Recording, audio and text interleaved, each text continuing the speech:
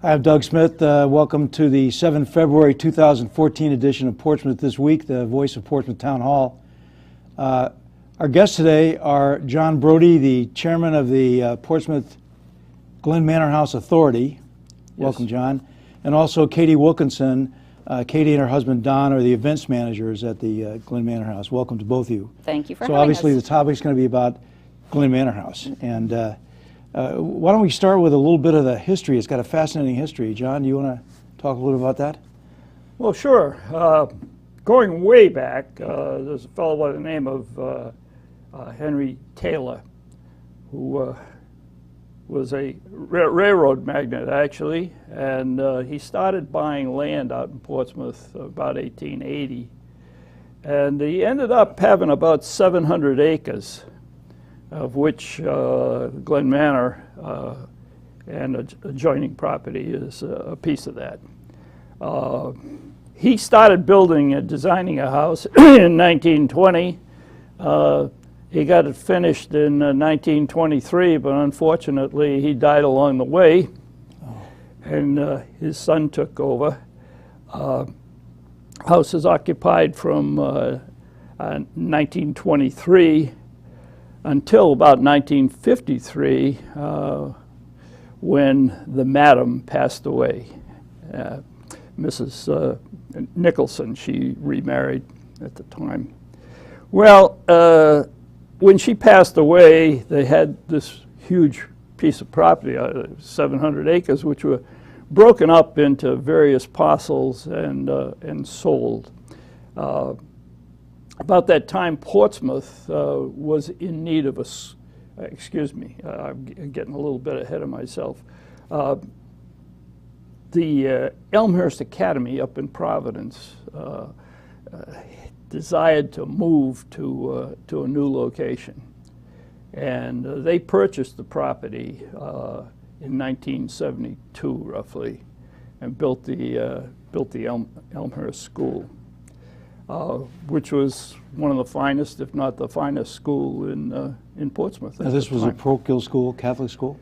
It started as a parochial school, and then after a while, they just apparently couldn't make a go of it, and so they put it on the market, and the town purchased it, along with 43 acres that went with it. Well, it was under the control at the time of the school department. And the school department had this 43 acres with a school on it and the GlenManor House. GlenManor House was a problem to them as to what do you do with this, how do you maintain it, or what have you. Fortunately, there was a group in the Portsmouth Historical Society that wanted to save the manor house, and they volunteered to help preserve the manor house. And that group became the GlenManor House Authority. The school department in 1981 turned the responsibility over to the council, and the GlenManor House Authority then became subservient to the council for the operation of the GlenManor House. So the GlenManor House Authority is appointed by the council and serves the council as the authority for overseeing the operation. The real operation of the manor house, though,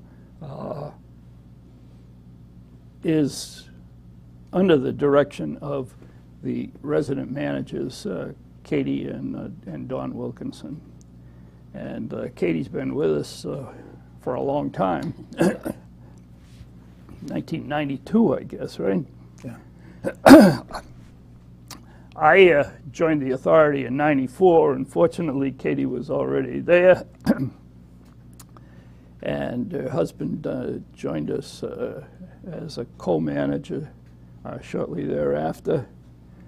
And we've been making steady progress since then. The the authority mission really is to preserve the manor house for the enjoyment of present and future generations of Portsmouth. And it's been very, very successful under Katie and Don's leadership. It's a beautiful spot. There's no question about that. It So is essentially, the town council, you report to the town council as the authority. The authority, yeah. Do you meet Technically with them speaking, every once in a while, or do you meet with the council? We do an, excuse me, John, we do an overview every year at the end of the Okay, year. that's what I was We thinking. do a presentation to the council to let them know how our revenues were, where our budget ended up, projects we got done, and things of that nature. So we do keep them updated. And then we go before them each time we have certain projects or capital improvement projects that we need to address with them. Okay. we're in the process of preparing a marketing plan for the Manor House. Don and Katie have been working very hard at that, and I've just assumed the chairmanship of the authority from Dick Wimpress, who left. Oh, we all know Dick, a and short we while. miss him. And we miss him, that's for sure. So I'm back in the saddle again. I've been the chairman a few years back, but in any event, we're very blessed to have Don and Katie as the resident managers, which take a lot of the responsibility off our shoulders. Sure. And our job as the authority, I guess, is to keep tabs on them, and that doesn't take too much keeping tabs of. Yeah. Well, I think it's great that you have the continuity both with Katie and Don, but also with people on the authority. How does the authority, though, this is what's confusing to me, I don't know why. How does the authority relate to the Friends of the Glen Manor House? That's an easy one, really. For 20 years or thereabouts, it was just the authority. And there became a question. We, as the authority, ran functions like the Holly Ball and the open house, and more recently, the American Band concert. And we ran those functions in order to make money to support the Manor House. It then became apparent that really the authority, as it reporting to the council, shouldn't be in the money business. And so it was thought that the way to handle this thing was to start a separate organization who would run the functions and make money to support things at the Manor House. And so a few years back, we formed the Friends of the Glen Manor House. It's a nonprofit organization chartered to support the Glen Manor House Authority and the house. And so the Friends run all the various functions, the open house, the Holly Ball, the American Band.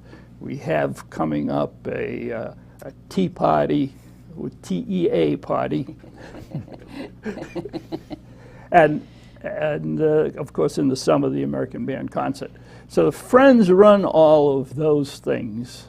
Okay. The authority oversees the operation of the Manor House, primarily through the resident managers. Okay, now when you say runs, you mean in terms of providing volunteers to do whatever's required, helping set up and... Do everything. Well, actually, I'll give a little overview okay. of what my husband and I do. So we are the resident managers. So our job is to oversee the whole operation of the house. So we're in charge of maintaining, marketing, selling, showing, and we work every event. We are there for every event. So we oversee all of that. In regards to events themselves, when a client comes in, they look at leasing the property, and then they hire caterers, florists, photographers, Right. vendors to provide them. It's just my husband and myself that are there. There are no other setup crews or breakdown Right, so you crews have or no cleanup in-house crews. caterers or No, no, and we don't have. So my husband is in charge of all the maintenance, and he does all the grounds work and the grass cutting. Great job, let me tell you It's that. beautiful It's in so the beautiful summer. down there. Yeah, and then I take on the management of the office, the selling, coordinating on the weekends, just when rentals are being delivered, when the bride's showing up. We also conduct rehearsals for people that are getting married there. So our season, which is very busy May through October, will book every Friday, Saturday, and Sunday evening. Wow. So basically from Thursday on to Sunday, we are there on the spot. So we're a great team. I'll work the events, and then my husband will come down in the morning, and he gets things cleaned up and organized and accepts the rentals, lets the other rentals go. Then I'll come down, and then sometimes he'll switch and finish the event. So it's a real combination of the both of us to that what we do. So, and there's a variety of different ways that we kind of oversee things. Then we work along with the Friends to help with all the events that they host there. To, if we have to reach out to our local caterers for support or for donations, Sure. or for other things that we may need for certain events. So we will turn to our vendors to assist when we can. So, And they were a very big help when we had our 375th yeah. gala reception there. Yeah. That so impressed our visitors from abroad and also, in the U.S., other states. Yeah, we hope it impressed some of the local townspeople. Yeah, well, I think that's right, because a lot of people had never been down there. And, Right. But we told the Lord Mayor that everybody's house is like this in Portsmouth. Yeah, it is amazing how many people we do run into that say, I've lived in Portsmouth all my life and I've never been down there. We found the same thing with Founder's Brook, which is the cornerstone of where we started. Right, yeah. Well, that's great. So you guys are already probably pretty much booked up? Oh, for 2014, we're booking heavily now into 15. Wow. Yeah, so we book anywhere a year to 18 months out. But if you want a Saturday, which is our prime date, you need to focus on it 18 months beforehand. Yeah, because we only do, one of our wonderful selling points is we only do one event a day. We don't do a morning and a night, and people really enjoy that. So once it's booked, they love the fact that they know it's theirs for the day. And the whole place is theirs, essentially, right? To a degree, much. yeah. The whole first floor, and then we have two beautiful bridal suites upstairs that when they have the ceremony in the garden, they'll come in, where we allow them in 3 hours prior to the start time of the event. So they'll come in, they'll get dressed, do photos beforehand. They can have up to a 6-hour event with an hour breakdown. So it's a total of 10 hours that the client gets to lease the property. Yeah. And then prior to those events, we're either showing the property, selling it, or doing rehearsals for the next day's events. So our days on the weekend are quite long. So it sounds like you're keeping busy this summer, I guess. Absolutely, yep.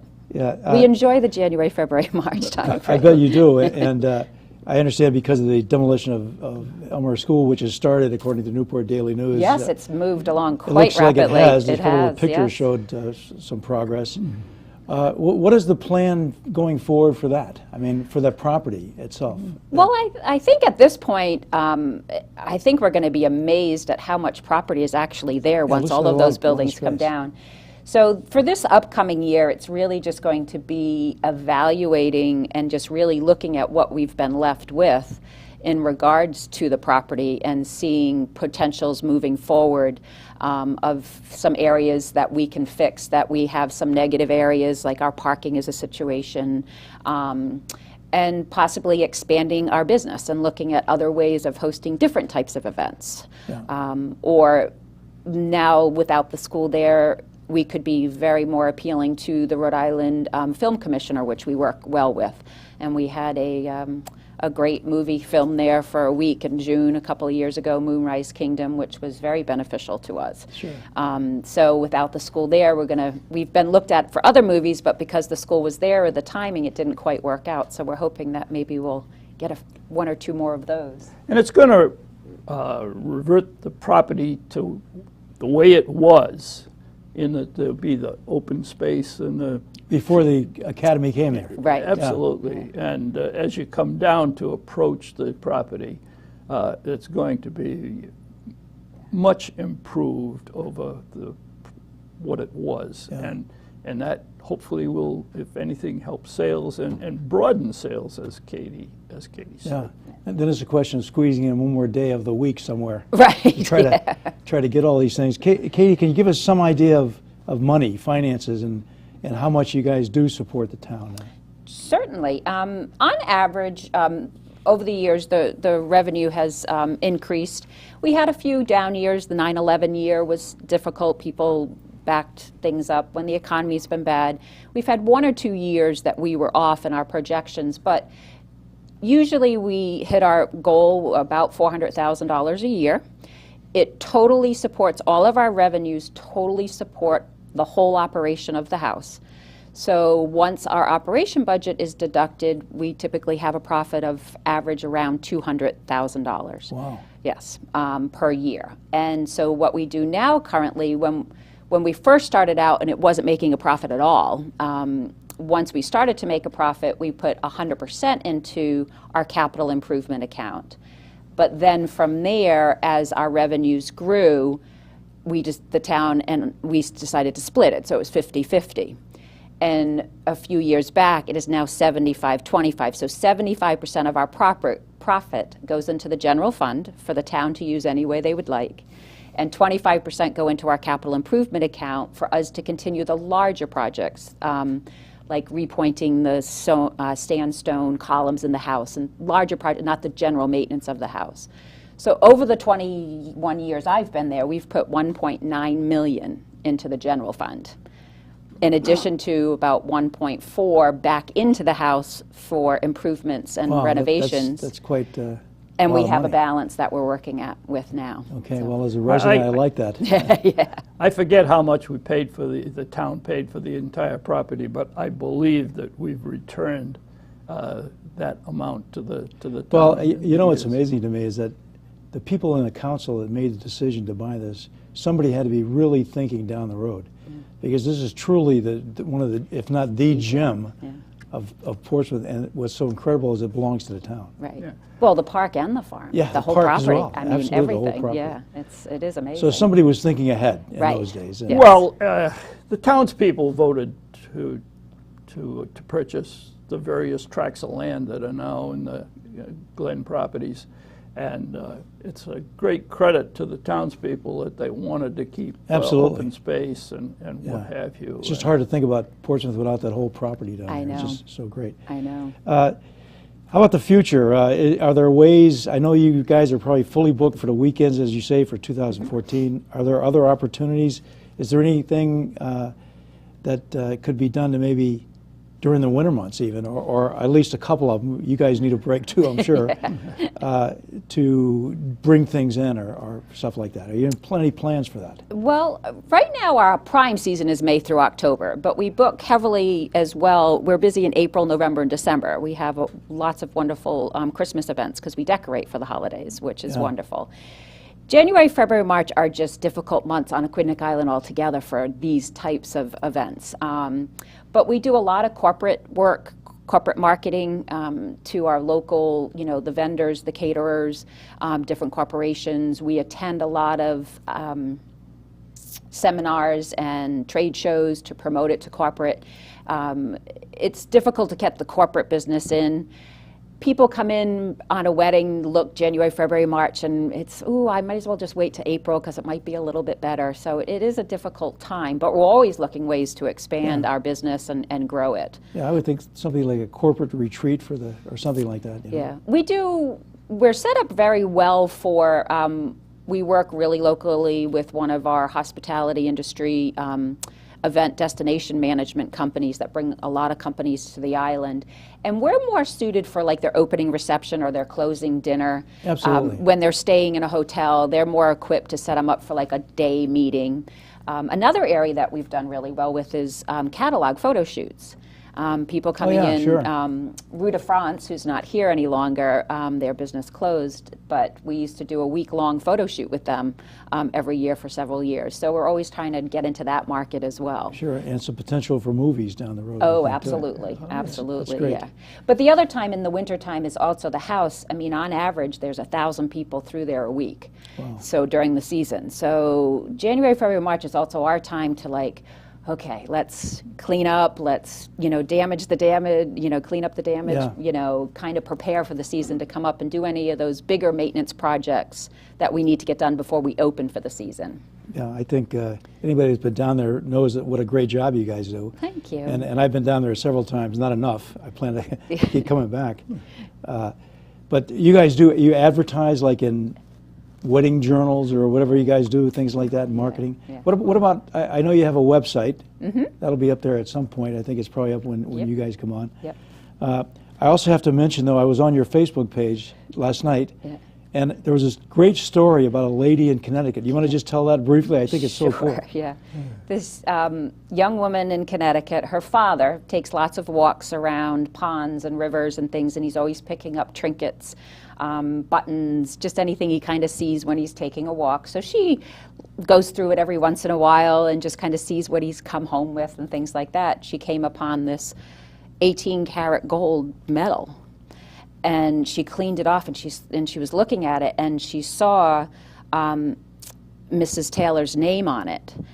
So and it said for something for the Glen Manor house. So she just started researching the Manor house and what have you, and that led us to the website, to our site. So she emailed me. In the same token, too, she was investigating it through the place that the medal was from. So that brought her together with actually Barbara Taylor, who actually lives in Barrington. I don't know if you had a chance to meet Yes, her at the I did, several 375th. times during the, Yeah, found through the the book. whole of the 375th. Mm-hmm.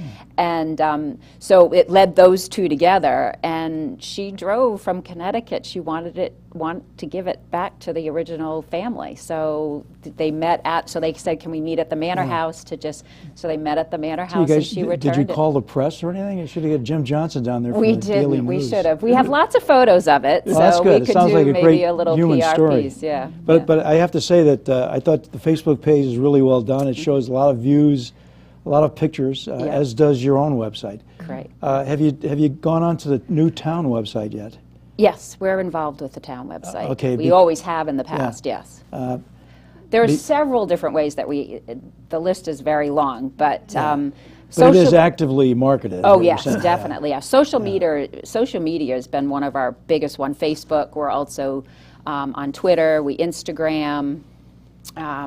Then there's a lot of wedding websites like The Knot, WeddingWire.com, MyWedding.com. There's several of those that we advertise for, and we do social media through them.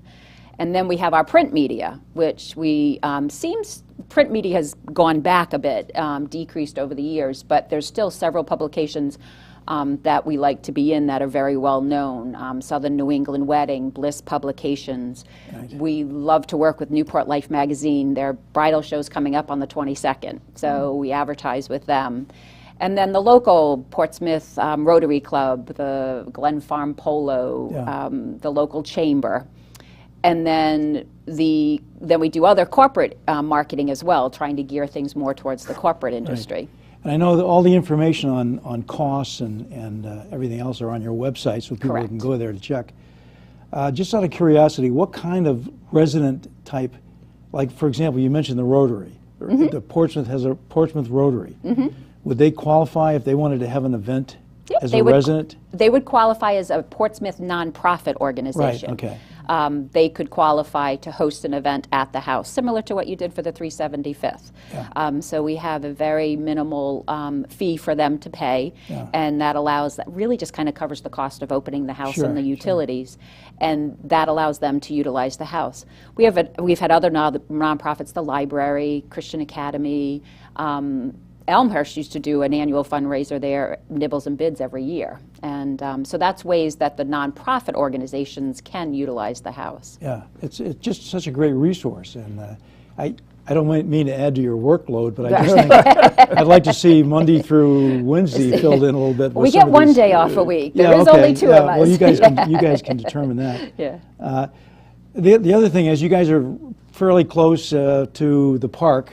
I know one of the issues we had that when we had our picnic down there on that Sunday of Labor Day weekend, and the Newport Artillery Company was firing their cannons, and we got a call from somebody down. You guys had a wedding, I think, that I'm sure you did that day. Yep. You know, can you please turn the cannons off by 5 o'clock? So I had to go down, and because these guys are firing cannons, they couldn't hear what you're saying. I'd almost get in front of the cannon to talk to John Edenbach. Stop the cannons at 5 o'clock. But it worked. But what about things like at the park or the Polo Ground? Do those Well, things what we do at the interfere? park, with the park, we work very closely with Grace, who runs the park, and I give her my monthly schedule during the summer. So she'll know when events are starting and when ceremonies are happening. So if she has an event that she feels might have a problem with noise level, she'll let them know, just between these points, can you just, quiet it down or turn. But we very rarely have had any problems with the noise level. Same with the polo. Funny enough, if the wind is calm and the day is beautiful, Probably depends we on the can hear wind. exactly what every horse is doing and when they've scored and what have you. So again, we work very well with Dan Keating and his wife, and I'll call him and I'm like, Agnes, you got to turn it down. She's like, okay, and so we have a great working relationship with all of them. Well, that's good. John, we only got a few minutes left, but I just wonder if you'd like to summarize what it means for the town to have this beautiful place. Well, first of all, it is a beautiful place. It is. Secondly, it's a place that the townspeople can enjoy. People come down, take pictures. We don't want people tromping through our gardens and stuff like that, but it is a resource that the town has and can enjoy. The townspeople who rent the place get a fabulous bargain, actually, and so that's a good thing for the town. Also, we put on functions like an open house. No charge. Santa Claus comes, people get snacks, and we have the house decorated for Christmas. Yeah.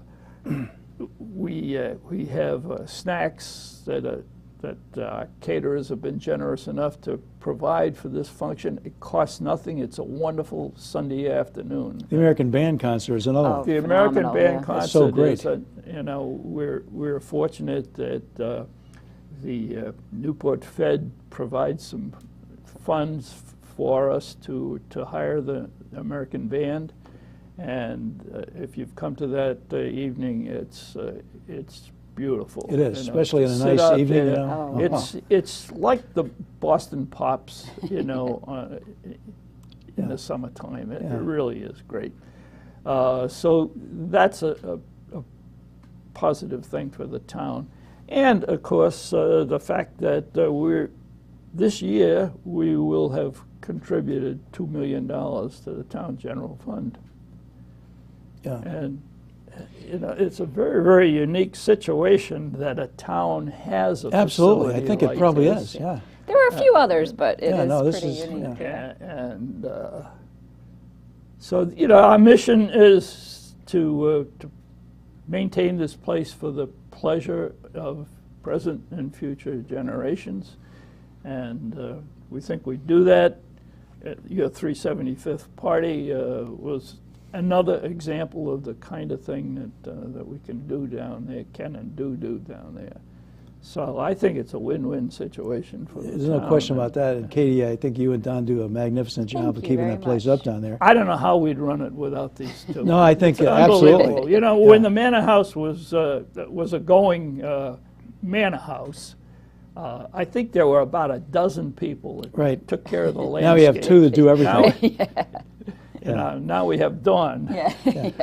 Well, I know this year, because of maintenance that's ongoing, you didn't have a holly ball, for example, et cetera. Next year presumably looks like a full-blown year. Absolutely. All events are on go. Definitely. Okay, so we need to come down and get people out, come down into the Manor. We're out of time, as we usually are, quickly in this program. Yes. I'd like to thank you, John Brady, and you, Katie Wilkinson. Thank you for coming on today. And it's a beautiful facility. I encourage everybody to get on and take advantage of it. This is Doug Smith signing off from Portsmouth This Week.